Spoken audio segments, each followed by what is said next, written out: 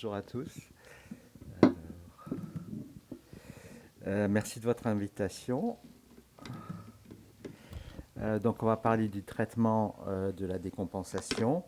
Je vais vous présenter mes conflits d'intérêts, il n'y a rien en lien avec le sujet. Donc avec beaucoup d'imagination, vous pouvez voir peut-être un poumon là, entouré d'une cage thoracique et d'un diaphragme. Et la BPCO pour un réanimateur de base, c'est une obstruction chronique des bronches qui, à un stade évolué, entraîne une hyperinflation dynamique. Et donc, si on compare la balance entre la charge et les capacités, nos patients BPCO ont un peu plus de travail à faire, de travail respiratoire à faire que vous et moi, du fait de l'augmentation des résistances bronchiques. Et ils ont des capacités neuromusculaires diminuées, du fait principalement de la malposition de leurs muscles, du fait de l'hyperinflation dynamique. Donc la balance est légèrement positive, mais la marge de manœuvre entre les deux est assez étroite en chronique. C'est pour ça qu'on voit rarement des patients BPCO faire le footing. Alors, la décompensation, c'est une aggravation de cet encombrement bronchique, de ces résistances bronchiques, qui va aggraver l'hyperinflation dynamique et mettre le diaphragme dans une position qui est pas très favorable. Et donc, la charge ventilatoire va devenir supérieure aux capacités. On a vu avec Camille que les principales causes de décompensation, ce sont des infections virales, bactériennes, et de plus en plus des problèmes d'environnement avec les pics de pollution, les pics de chaleur, qui sont des facteurs de décompensation. Et donc le patient va présenter une détresse respiratoire qui va se manifester par l'acidose respiratoire. Et vous savez très bien que on admet les patients en réanimation quand ils ont une acidose respiratoire qui justifie d'un support ventilatoire. C'est la principale raison pour les admettre. Alors en termes de traitement, eh bien sûr, on va agir sur la cause. Donc il y a tous les traitements médicaux qu'on va un peu discuter, les corticoïdes, les bronchodilatateurs, les antibiotiques, la kiné, l'oxygène. Mais force est de reconnaître que ces traitements ne sont pas très efficaces. Ils sont moins efficaces que quand on met des antibiotiques à un choc septique. Ils ne sont pas rapidement efficaces, ça prend plusieurs jours. Et donc, en attendant, il y a d'autres traitements. La ventilation, en particulier la VNI qui va augmenter les capacités neuromusculaires. Et puis, un sujet un peu nouveau, le haut débit nasal, qui au contraire diminue la charge ventilatoire et qui va essayer de rétablir cet équilibre. Donc, c'est les trois sujets que je me propose d'aborder. Alors, je me réfère aussi aux recommandations du groupe Gold, comme Camille, parce que c'est vraiment c'est notre boussole. Donc, en termes de bronchodilatateurs, eh bien sûr, on va mettre des bêta-2 agonistes de courte durée d'action, plus ou moins des anticholinergiques. Il n'a jamais été vraiment démontré que de rajouter des anticholinergiques, ça servait à quelque chose. On va faire ça avec un aérosol. Alors, on a les aérosols à tamis vibrant maintenant, type aérogène, qui a un petit bénéfice en termes de délivrance des produits, ou sinon un aérosol pneumatique qu'on va mettre en air, ou on peut utiliser du spray avec une chambre d'inhalation. Les effets secondaires, vous le savez, c'est la tachycardie et les tremblements. Il y a des patients qui ne les supportent pas, les bêta-2 agonistes. Il n'y a aucune indication pour utiliser une forme IV de salbutamol. Et puis, eh bien, il faut penser, si un patient a déjà un traitement au long cours, à le continuer, ou s'il n'a pas, à le mettre en route dès qu'il sera capable de faire les gestes, si je peux dire, de prendre le spray. Il n'y a pas d'indication de théophiline dans la décompensation. Les corticoïdes. Alors, de façon impressionnante, les corticoïdes, je ne sais pas si vous en faites systématiquement ou pas, moi, ce n'est pas systématique, mais les recommandations sont de faire toujours de la prednisolone, 40 mg par jour pendant 5 jours, quel que soit le profil du BPCO et quelle que soit la cause. Alors, les études à court terme montrent une amélioration du VMS, que ça accélère la récupération, que ça diminue la durée d'hospitalisation. Mais de façon impressionnante, il n'y a toujours pas d'études qui évaluent l'effet à moyen terme ou à long terme. Et on est un peu inquiet quand on a des BPCO qui ont 4 cures de corticoïdes par an. Ce n'est pas bon pour les os, ce n'est pas bon pour les muscles, etc. Mais cette question n'a toujours pas été tranchée. Donc, comme évoqué par Camille, la seule nouveauté sur les corticoïdes, c'est que maintenant il y a des études qui montrent que bien sûr les corticoïdes bénéficient surtout aux patients qui sont le plus inflammatoires dans leur BPCO et dans leur décompensation. Et une façon de les phénotyper, c'est simplement de mesurer les éosinophiles sanguins à la prise en charge. S'ils sont à moins de 2%, donc on assume qu'il n'y a pas trop d'inflammation, apparemment ces patients-là ne bénéficient pas d'une cure de corticoïdes. Donc, ce n'est pas encore rentré dans les recommandations, mais il y a au moins 2 belles études qui ont été faites dans ce sens-là, qui nous permettaient très peut-être de mieux choisir les patients qui bénéficient de corticoïdes. Les antibiotiques, ce n'est pas systématique, comme ils disent à la radio, sûrement pas dans la décompensation de BPCO, puisque les infections bactériennes, c'est tout au plus 30% des causes de décompensation. Donc les critères pour mettre en place une antibiothérapie, c'est bien sûr une pyopathie radiologique et la présence d'expectoration purulente. Donc si on décide d'en mettre, c'est de l'amoxicilline et de l'acide clavulanique ou des macrolides pendant 5 jours. Par contre, ce qui est recommandé dans les décompensations sévères, donc celles qu'on a en animation, c'est de faire une CBC parce que quand même dans un certain nombre de cas, on peut retrouver un pio et du coup, on va adapter nos antibiotiques. Il y a beaucoup d'études qui ont été faites sur l'intérêt des biomarqueurs, comme par exemple la CRP ou la procalcitonine, soit pour décider de démarrer l'antibiothérapie, soit pour la raccourcir si jamais ces biomarqueurs sont normaux. Et en gros, les études ne permettent pas de trancher, donc pour l'instant, ce n'est pas recommandé de s'appuyer sur ces biomarqueurs. Alors la VNI, donc deuxième chapitre, la VNI c'est pas nouveau dans la décompensation de BPCO, ça a démarré au début des années 90 et intentionnellement j'ai mis une des études Princeps qui montre ce que fait la VNI. Donc ici on a la pression transdiaphragmatique, donc un index de travail ventilatoire chez des BPCO décompensés. Et cette étude nous rappelle que quand on met simplement la CPAP, donc une PEP chez des BPCO décompensés, eh bien déjà, on diminue le travail ventilatoire, puisque la PEP va compenser, si je puis dire, la PEP intrinsèque, et donc soulager l'effort inspiratoire. Et puis, quand on met simplement une aide sans PEP, ça diminue aussi le travail ventilatoire. Et bien sûr que si on associe la PEP et l'aide, eh bien, ça le diminue d'autant plus. Donc, c'est le principe de la VNI. La PEP va diminuer la charge du patient quand l'aide va augmenter les capacités. Alors vous savez très bien qu'il y a eu entre 15 et 20 études prospectives randomisées contrôlées sur l'intérêt de la VNI dans la BPCO décompensée et de façon assez impressionnante, toutes ces études retrouvent un bénéfice en termes de risque d'intubation trachéale, si bien que il n'y a plus d'études récentes parce qu'il n'y a plus besoin d'évaluer ça. Mais par contre, il y a des méta-analyses qui sortent régulièrement. Qu'est-ce que ça veut dire? Parce que ces méta-analyses, c'est un peu compliqué. Donc, dans la dernière de la Cochrane, ils ont fait un petit schéma que moi j'aime beaucoup. C'est-à-dire qu'ils nous montrent que si vous avez 100 patients BPCO décompensés, que vous fassiez de la VNI ou pas, eh bien, tous les bonhommes verts, donc je crois qu'il y en a 66, ne seront pas intubés. D'accord? Que vous fassiez de la VNI ou pas, tous les bonhommes rouges seront intubés, donc vous en aurez 12 qui seront intubés. Okay?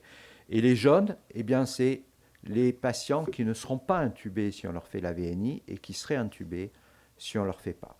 Donc sur 100 patients décompensés, vous voyez qu'on évite l'intubation chez 22 patients.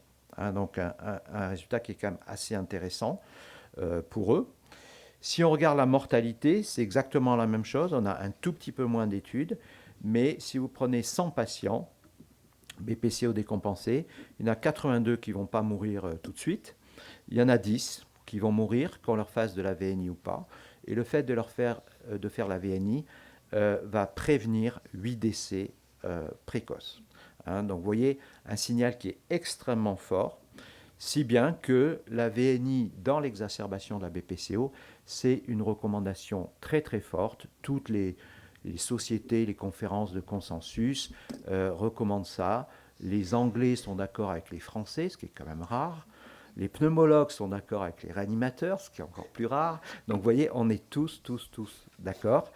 Et ça nous met quand même une certaine pression, c'est-à-dire que si vous recevez un BPCO décompensé et que vous ne lui mettez pas un masque sur le nez, eh bien, monsieur le juge pourra vous demander pourquoi vous ne l'avez pas fait. Donc ça veut dire que tous, on doit se mettre en ordre de bataille pour pouvoir proposer ce traitement. De tout ce qu'on fait en réanimation, je pense que c'est le traitement qui a un niveau d'évidence le plus élevé parmi tous nos actes. Donc il ne faut pas l'oublier. Alors, chez qui il faut faire la VNI? Eh bien, quand on reprend un petit peu différemment ces études, on s'aperçoit que les bénéfices sur l'intubation ou sur la mortalité ne sont visibles que chez les patients qui ont une décompensation donc dite sévère, comme Camille nous l'a dit, avec un pH inférieur à 7,35 à la prise en charge, et ceux qui ont un pH supérieur à 7,35 n'ont pas de bénéfice parce qu'ils ne sont pas intubés, en fait. Donc, en pratique, je vous montre, nous, ce qu'on fait dans le service. La gazo est faite aux urgences. Quand nos collègues urgentistes nous appellent, on leur demande quel est le pH. Si le pH est supérieur à 7,35, il n'y a pas d'indication de VNI, donc il y aura besoin d'un traitement médical, mais probablement que ce patient n'ira pas en réanimation. À partir de 7,35, il y a une indication de VNI. Entre 7,30 et 7,35, eh bien, la VNI peut se faire en pneumologie si c'est lundi matin, s'il y a des pneumologues pour faire ça. Et sinon, le patient viendra en réa. Inférieur à 7,30, c'est une VNI en soins intensifs ou en réanimation. Et inférieur à 7,20, c'est vraiment des décompensations très sévères. Si on a bien sûr un service de réanimation, on va essayer de faire la VNI et on intubera le patient que si on est en échec. Mais si on est dans un hôpital périphérique où il n'y a pas de soins intensifs, etc., et qu'il y a 1h30 de route, probablement que la raison veut qu'on intube ce patient pour le ramener sur un service de réanimation. Alors la VNI en pratique, les mots-clés, on peut utiliser les ventilateurs de domicile. Si on a la chance que le patient arrive avec sa VNI de domicile, il suffit juste d'apprendre à les déverrouiller et à régler un peu, mais ça reste des bons ventilateurs et surtout les patients ont des masques de bien meilleure qualité que ce qu'on a à l'hôpital. Donc sous réserve que le patient n'ait pas besoin de beaucoup d'oxygène, on peut continuer sur un ventilateur de domicile. Sinon, on va utiliser le ventilateur de réanimation et si possible, utiliser ce qu'on appelle un mode VNI, c'est-à-dire c'est de l'aide inspiratoire, mais avec des fonctions un peu particulières de compensation des fuites, de trigger automatique, etc., qui sont adaptées, si je puis dire, aux conditions de VNI. On va mettre un humidificateur chauffant assez systématique, on va utiliser un masque facial. On va régler la PEP adaptée à la PEP intrinsèque. Donc comment on fait ça? Eh bien, on monte la PEP progressivement tant que le patient force pour déclencher, c'est qu'on compense mal sa PEP intrinsèque et c'est comme ça qu'on va trouver de quelle PEP il aura besoin. Généralement, ce n'est pas des PEP très élevés, c'est entre 4 et 7. Et il va falloir lui mettre une aide inspiratoire aussi, assez élevée, on va dire. Et comment on fait ça? On monte de 2 en 2 jusqu'à ce que la fréquence respiratoire du patient baisse. Quand elle se cale entre 20 et 25, généralement, c'est qu'il a une aide suffisante. Les BPC ont besoin de séances relativement prolongées. Donc les premiers temps, on va faire pas mal de VNI, donc sous forme de séance. Et on sait que ça va durer 3-4 jours, suivant la gravité de l'exacerbation. Alors, gardons en tête que la VNI, ça marche bien, ça demande du travail, ça demande que les infirmières soient entraînées. Donc je sais que c'est un soin qui est assez intensif. Et aujourd'hui, l'échec de la VNI, à partir du moment où le BPCO rentre dans le service, eh bien, l'échec normal attendu, c'est de l'ordre de 15%. Et moi, j'aime bien me référer à ces données, déjà pour vérifier qu'on ne dérive pas trop dans le service, mais aussi quand on lit des études, pour vérifier que le groupe contrôle est un vrai groupe contrôle. Si vous avez une étude qui vous montre un groupe contrôle avec 40% d'intubation dans le groupe contrôle, c'est qu'ils n'ont pas fait de la VNI comme ils devraient. Alors, sujet un peu récent, quelle est la place du haut débit nasal dans la décompensation de BPCO? Maintenant, le haut débit nasal est très utilisé dans nos services de réanimation. Vous savez que ce traitement aux apparences simples a quand même des effets physiologiques multiples et donc des indications potentielles multiples. L'oxygénation, bien sûr, dans les pléopathies, dans la détresse respiratoire hypoxémique. Mais le haut débit nasal a un effet ventilation qui est particulièrement intéressant chez les BPCO, puisqu'ils vont baisser leur fréquence respiratoire. Et un BPCO qui baisse sa fréquence respiratoire, il va diminuer sa PEP intrinsèque. Il y a un tout petit effet PEP qui est intéressant aussi quand on a une PEP intrinsèque. Donc un petit effet ventilation, un effet humidification qui est très intéressant pour les BPCO, et un effet sur la dyspnée aussi, qui est très intéressant parce que les BPCO souffrent d'une dyspnée permanente. Hein. Donc, en termes de confort, ça peut être énorme. Donc, ce qui nous intéresse, c'est plutôt l'effet ventilation, humidification et dyspnée. Alors, bien sûr, la nature humaine veut qu'on essaye de comparer la VNI et le haut débit. Il y a très peu d'études, elles sont très très mal faites. Et quand on a vu le niveau de preuve de la VNI, on sent que pour déloger la VNI, il va falloir quand même être très très fort. Je vous montre la moins mauvaise, entre guillemets. C'est une étude multicentrique de 79 patients faite en Italie, en exacerbation hypercapnique. Et donc, ils ont comparé de la VNI avec une PEP entre 3 et 5 et une aide, malheureusement, qu'ils ne nous ont pas donnée. Donc, il faut toujours regarder dans le groupe contrôle comment ils ont fait la VNI avec du haut débit nasal 60 litres par minute. Et ils ont regardé l'évolution de la PaCO2 sur les 6 premières heures. Donc les deux traitements permettent de diminuer la PaCO2 avec quand même un petit bénéfice pour la VNI et quand même un tiers des patients qui étaient randomisés dans le groupe haut débit a dû être switché sur la VNI dans les 6 heures. C'est-à-dire que le médecin en charge du patient dit non, il ne va pas passer le cap avec le haut débit.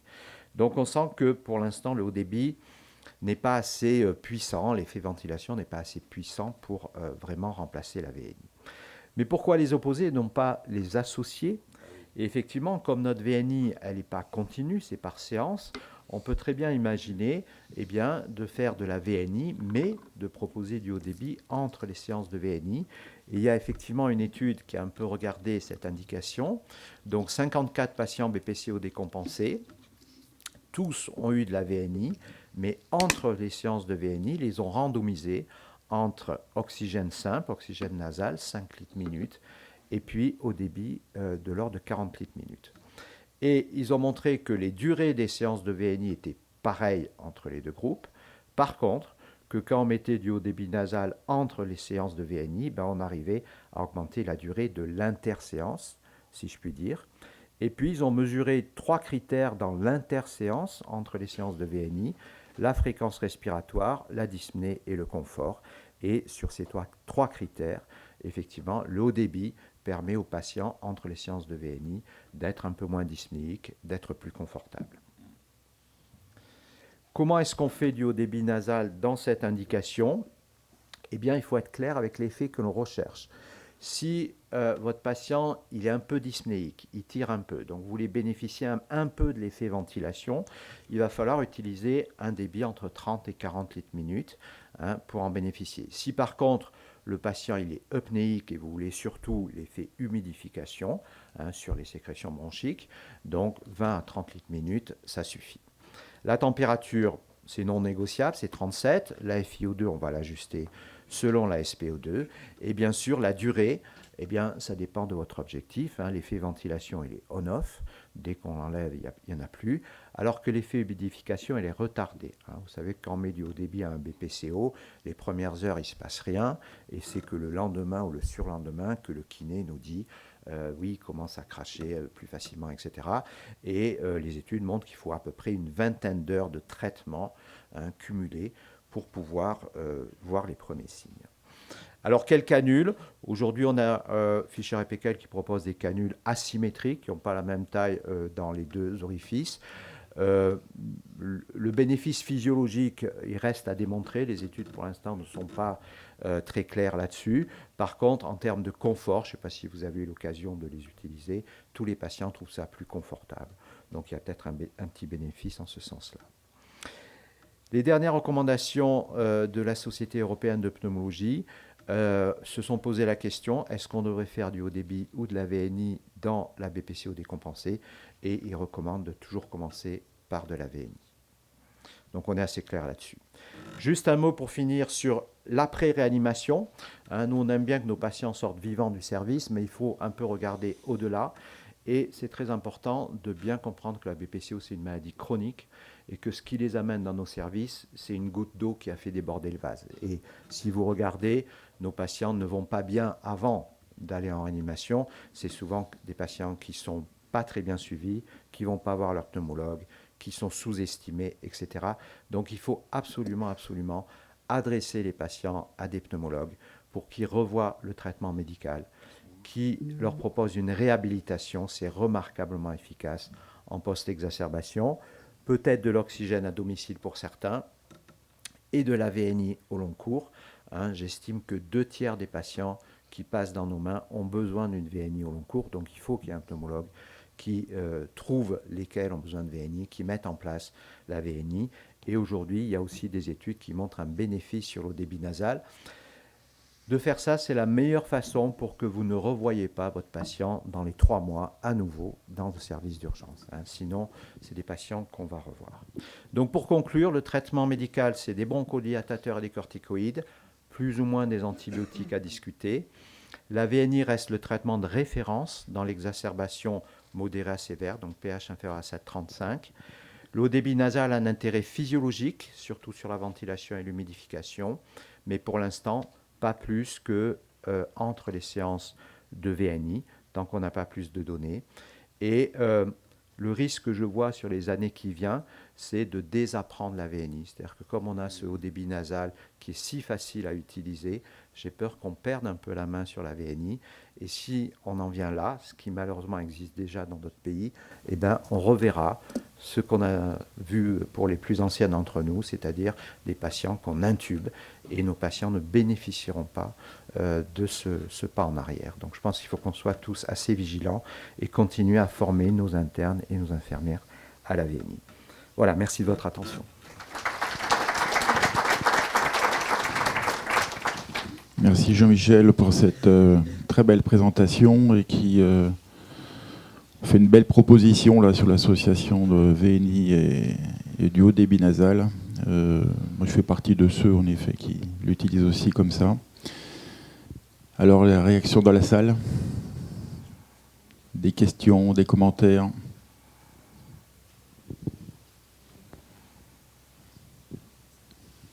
Je pose une question très simple. Quelle saturation vous ciblez? Alors, ce n'est pas une question très simple parce qu'on pensait, on disait tous 88, 92. Personne n'utilise 88, on utilise tous 92, 90, 92. Et puis récemment, dans l'Intensive Care, il y a des médecins qui ont dit mais pourquoi un BPCO devrait avoir un objectif plus bas que les autres? Donc il y a une tendance à remonter cet objectif de saturation à 92, 96. Honnêtement, je n'ai pas d'opinion personnelle et vous savez très bien que quand on mesure une saturation, elle est juste à plus ou moins 2%. Donc je ne suis pas sûr que ce soit très important. Personnellement, dans ma pratique, si je reçois un BPCO qui n'a pas d'oxygène à domicile, je dis à l'infirmière 90-94 et s'il a d'oxygène à domicile, je lui dis 88-92. Mais après, c'est l'infirmière qui décide. Moi, je dis, mais après, souvent, c'est plutôt plus que ce que je veux. Ah, oui.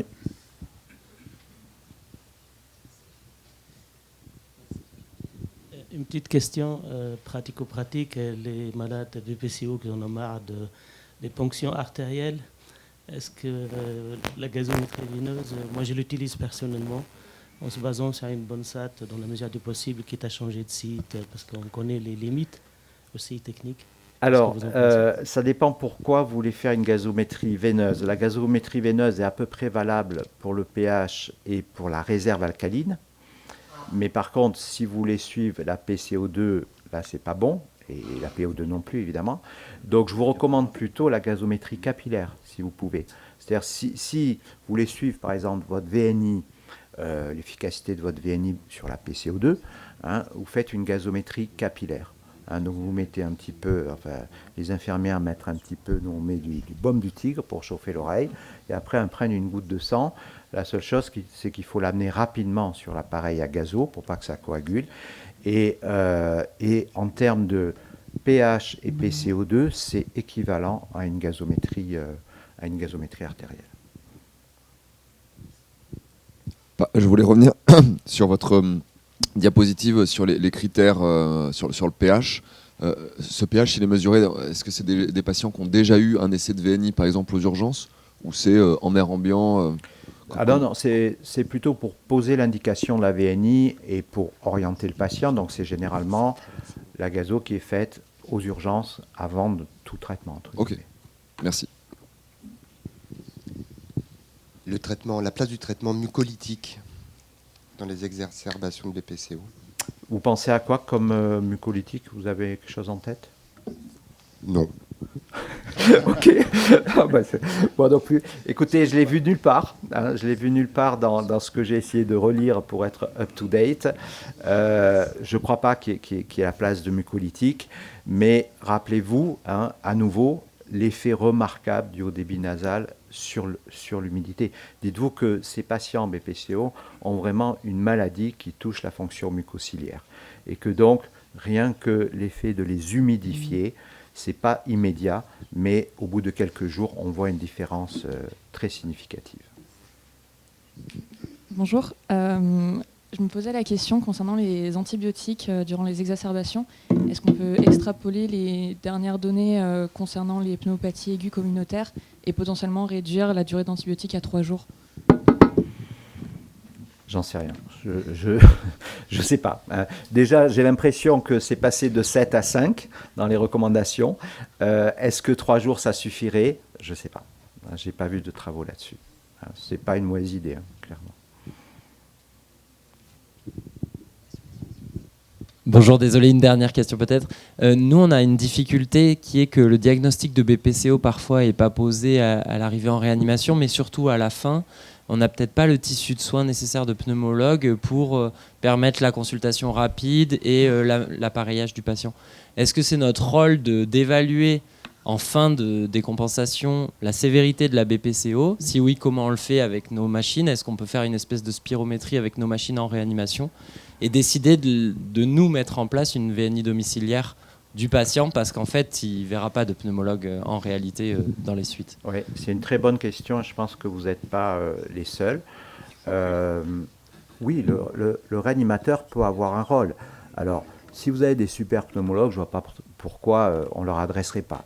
Mais si vous n'avez pas de pneumologue, et on sait que dans certains départements, il n'y en a plus, hein, ou qui sont trop occupés à faire du cancer, eh bien, vous pouvez très bien vous lancer. Nous, dans le service, c'est nous qui décidons, qui mettons en place les VNI, qui les adressons directement en réhabilitation, parce que nos pneumologues s'y intéressent relativement peu et que j'en avais marre de voir revenir les patients.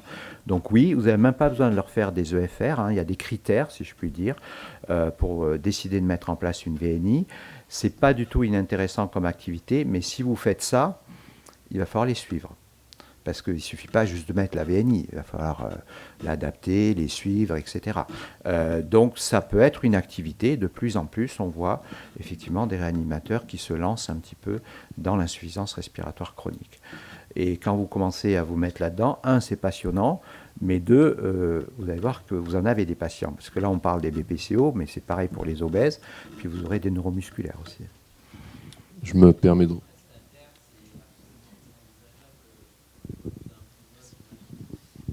J'ai pas entendu. Non, il faut un médecin. Hein, il faut un médecin. Donc vous allez travailler effectivement avec des prestataires qui vont vous livrer le matériel, etc. Mais c'est vous qui allez mettre en place la VNI, faire les réglages, commencer à éduquer le patient dans le service, etc. Et lui trouver la filière qui va le mieux. Idéalement la réhabilitation, mais on sait que ce n'est pas toujours possible. Donc un peu de kiné à la maison, etc. Oui. Ouais. Pardon, je reviens à la charge. Je ne me suis pas représenté. Daoui Sultani, je suis de Guéret, dans la Creuse. Donc, nous avons pas mal de patients pneumo. On travaille beaucoup avec le centre de Sainte-Fer qui est juste à côté. Et mon collègue responsable, il est lui-même un ancien réanimateur. Donc, bon, il y a pas mal d'échanges. Moi, je me suis donné le luxe, un peu à Guéret, de faire des diagnostics un peu plus précis concernant le traitement pour les problèmes infectieux.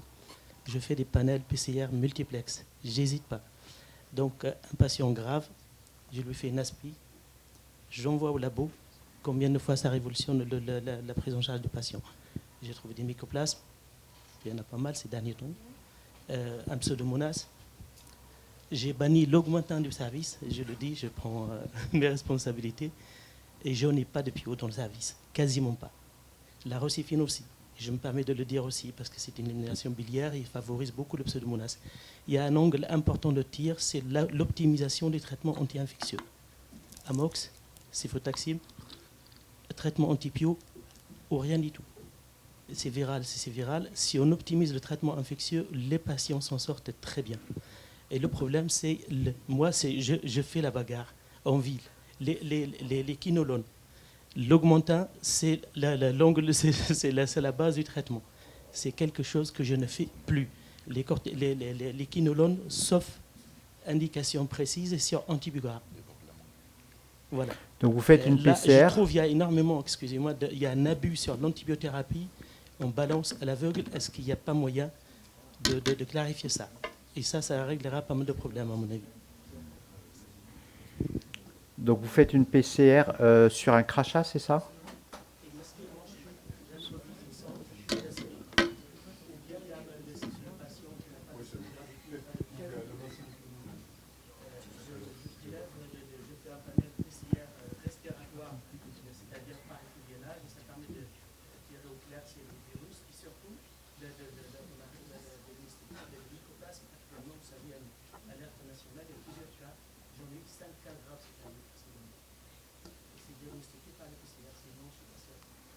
D'accord. Parce qu'il y a une équipe française qui a publié une PCR dans le nez. Il trouve quand même 50% d'infections bactériennes, ce qui me paraît beaucoup. Enfin, je ne doute pas qu'elle soit positive, mais ça ne veut pas dire qu'il y a une infection. Donc j'ai peur que quand on fasse ça dans le nez, on surestime un peu et on traite trop. Mais merci pour cette expérience. Merci en tout cas. On va passer à la présentation suivante avec...